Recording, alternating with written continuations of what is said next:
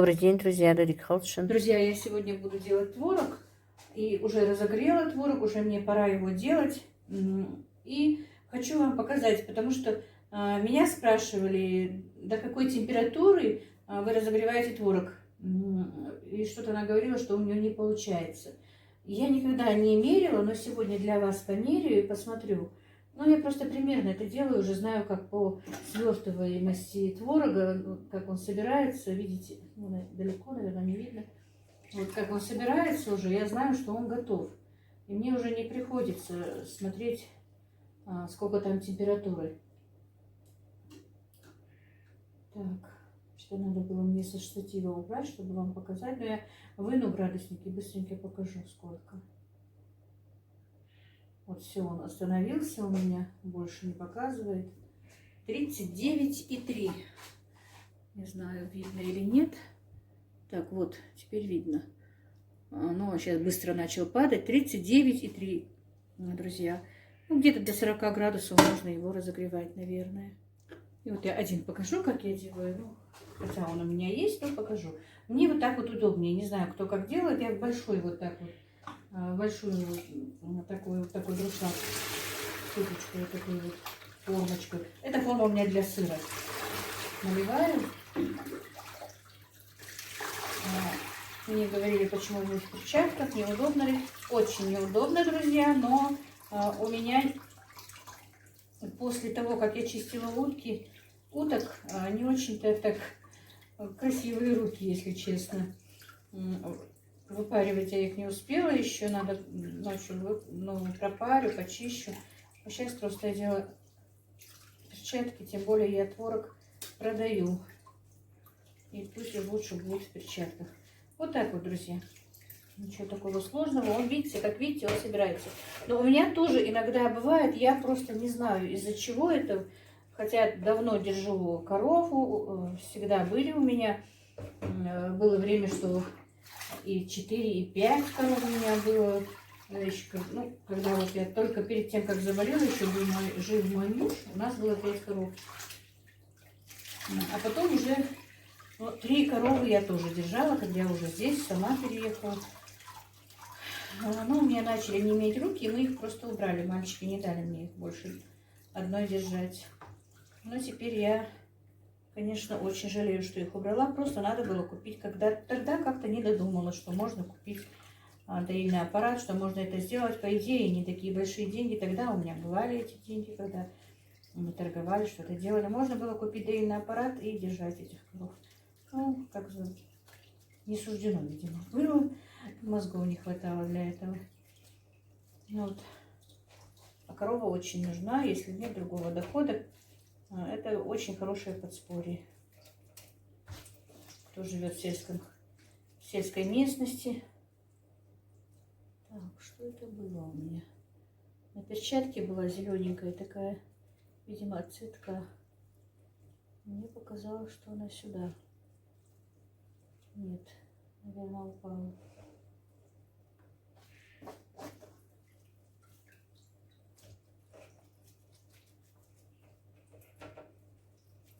А вот нашла. Зеленая травинка какая-то.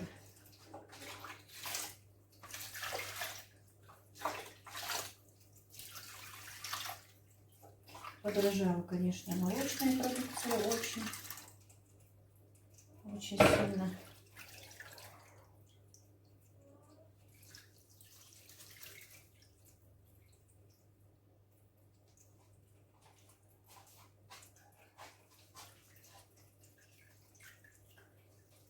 Так, сегодня приехала уже дочка, внучку утром она завела, пошла на работу и уже приехала. Младшая дочка. Обещается приехать старшая с внуком. Внук очень любит пиццу. У меня как раз есть тесто, есть, по-моему, грудинка. Осталось от жареной курочки. Хочу пиццу для них сделать, пока приедут. Сейчас справлюсь с творогом. Вот так вот. Чеснок еще не сажала, друзья. Наверное, уже завтра с утра. Каждый день завтра никак не справлюсь. этот творог, наверное, уже все готов. Хотя он, когда стекает, еще становится меньше. Я не люблю, когда он слишком маленький, если даже вот продаю, чтобы он был такой хорошенький. Все-таки люди платят за него деньги. Семьи у нас практически большие. Ну, килограмм 200. Самый меньший мой творог обычно получается килограмм. Это самый меньший. А так и килограмм 200, и килограмм 300 выходит. Я не жалею творог, чтобы сюда положить. Вот так вот. Все. Вот немножечко стечет сыворотка. И потом переверну.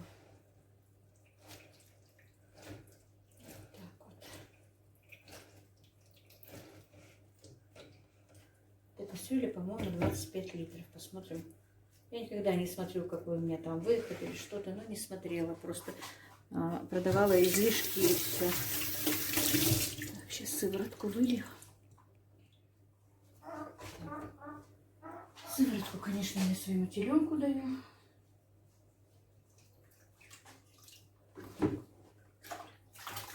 Мне кто-то советовал, что хорошо давать теленку рыбий жир прямо в корм.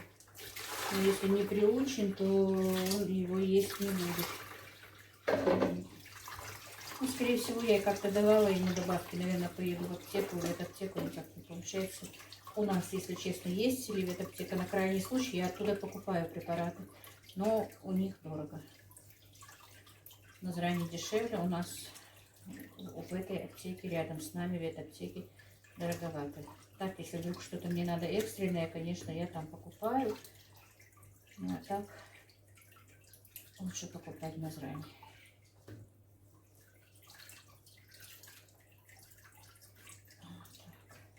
Вообще раньше у нас, когда вот у меня было много птицы, где-то аптека была, но настолько не было, мало был ассортимент, друзья, что мне приходилось ездить или в Моздок, в Осетию, или в Владикавказ, или в Кабарду покупать препараты, потому что особенно индюкам нужны были специальные препараты, а у нас их не было. А сейчас уже хорошо, две большие ветаптеки у нас, и любое, что нужно, если даже у них нет, то можно заказать, и это очень хорошо. А то даже не то, что на дорогу тратишься, даже то, что время теряешь, поехать, приехать, это почти целый день у тебя уходит на дорогу. И тратишь деньги, даже лишние деньги. Поедешь, например, в тот же Моздок, ну, видишь что-то другое на рынке, что-то не обязательно нужное, но покупаешь, как всегда. Не тратятся деньги. А так сейчас быстро поехал, купил, за час управился туда, обратно купил, все, приехал.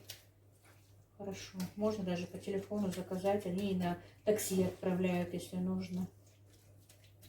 Так вот. Ой, хотела показать один, а уже показываю второй творог. Ну, вот так вот, друзья. Давайте я вот этот переверну при вас. И остальные потом покажу. Вот так.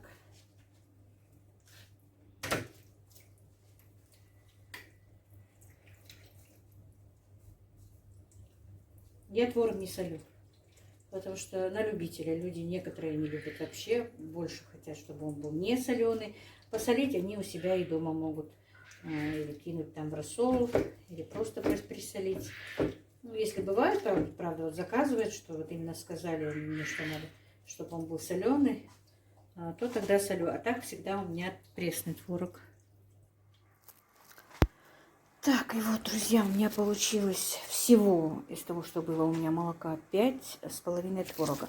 А вот конкретно я могу сказать, что я специально померила, сколько воды у меня, водой измерила, сколько в этой кастрюле. Получилось там 25 литров ровно. Значит, у меня было 25 литров молока прокисшего, из них у меня вышло 4 творога. Не знаю, по-моему, нормально. Ну, как должно быть выход. Я как-то не интересовалась, не заморачивалась этими делами. Не знаю, вот так вот. А со второй кастрюли, которая была 10 литров, Вышел этот один творог и вот эта вот половинка. Ну вот как-то так, друзья. Видите, творог я перевернула. Сейчас накрою марлей. И он у меня будет стоять здесь до утра. Утром я уже его переложу в холодильник. Вот так, друзья.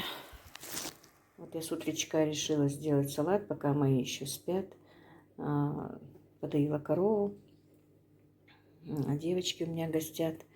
Вот помидоры уже боялась, что они у меня испортятся. Ну, мне очень нравится этот салат, друзья. И вам покажу, и себе сделаю немножко. Не буду делать много. Это помидоры по-корейски. Для помидоров по-корейски, ну, я тут поставила на 2 порции. Скажу вам ингредиенты на 1 порцию. Значит, килограмм помидор. Ну, желательно, чтобы они были крепкие. У меня, правда, они перезрелые, но все равно я сделаю. 2 морковки, 2 болгарских перца, острый перец по вкусу, как вы любите.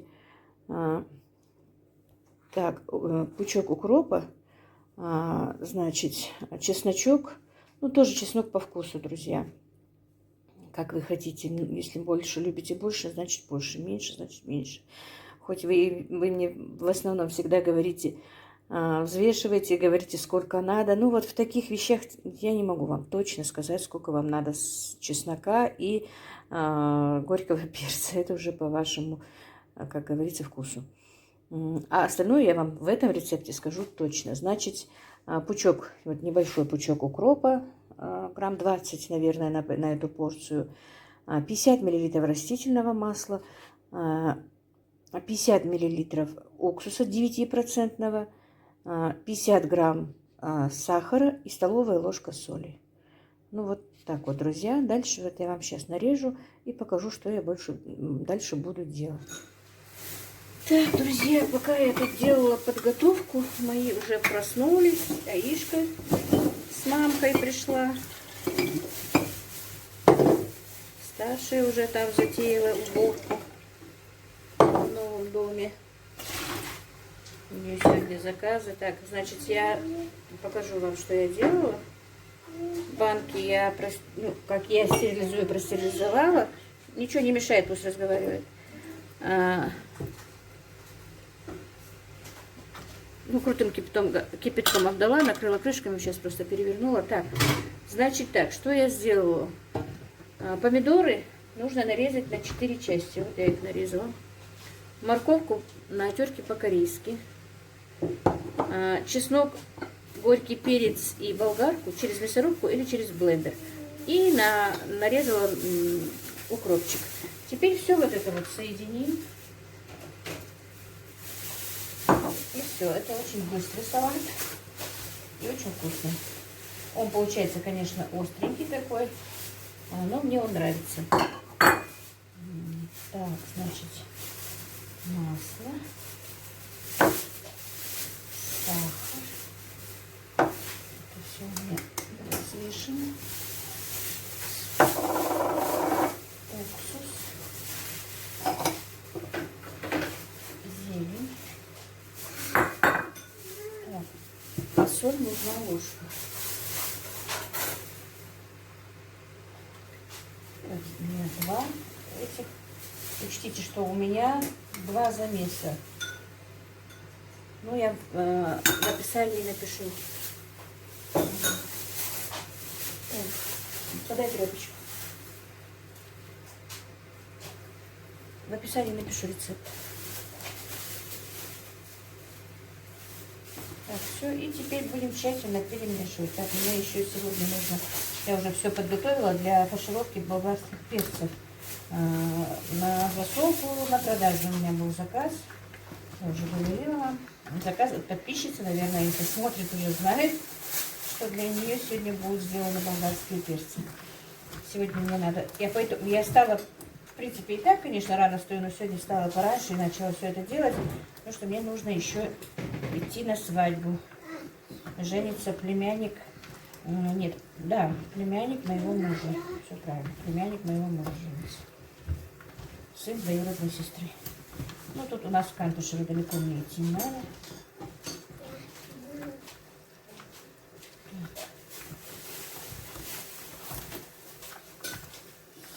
друзья. И все, и салат готов.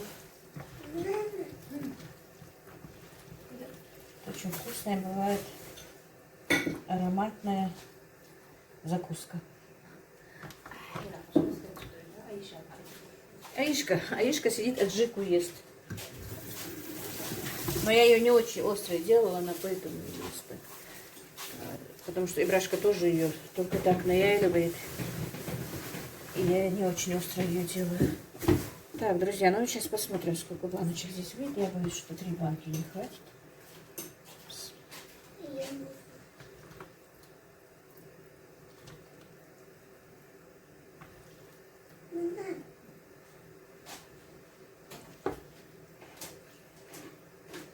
Что-то хватит. Мне казалось, не хватит. Так, сначала трамбую, а потом уже наложу, а потом уже сок. Каждую баночку. Ну, друзья, ну этот салат нужно хранить в холодильнике или уже в подвале в холодном месте. Ну, у кого холодно, у нас же пока не холодно. И у меня нет подвала. Поэтому делаю я его немного, чтобы в холодильнике не занимать место. Ну, благо дела у меня холодильника много. В принципе, могу и сделать. Но не буду. Уже и помидор у меня нет. Все сделано очень много.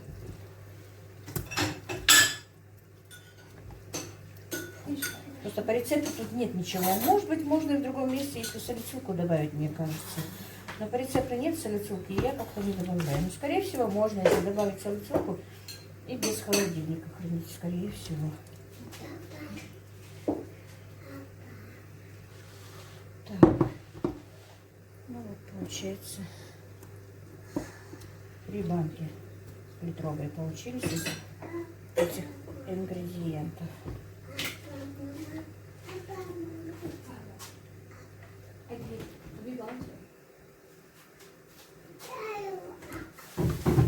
Фишка. Хози, Эджик. Так, все. Чуть-чуть. Вот там еще эти банки.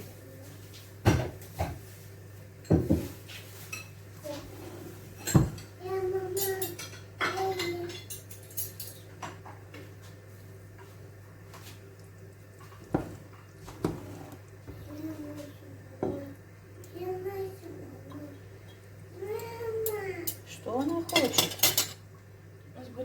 Мама.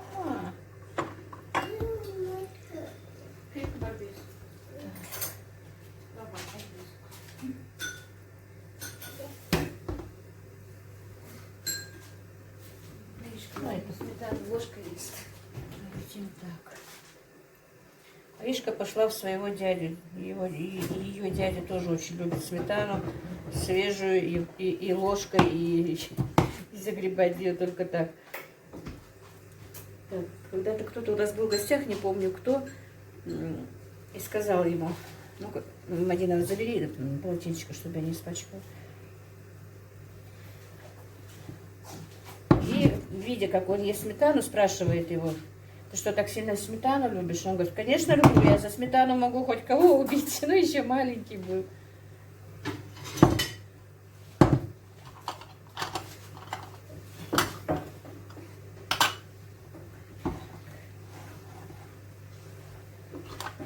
Так, ну все, друзья, и все. Теперь банки нужно просто закатать. Вообще-то я, наверное, в следующий раз попробую сделать. Сюда не буду добавлять, потому что уже залила. Все-таки сделаю еще, добавить салицилку. Скорее всего, да, почему бы нет, такие вот свежие салаты. Я раньше делала с огурцами, и салицилка стояла у меня. Так, так. А помидоры нужны были чуть-чуть покрепче, чтобы быть. Ну, ничего, и так красиво. Так, где у нас?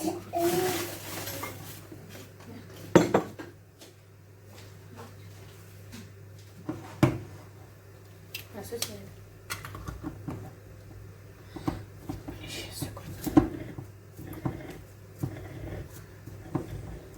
И вот так вот закрутим все банки.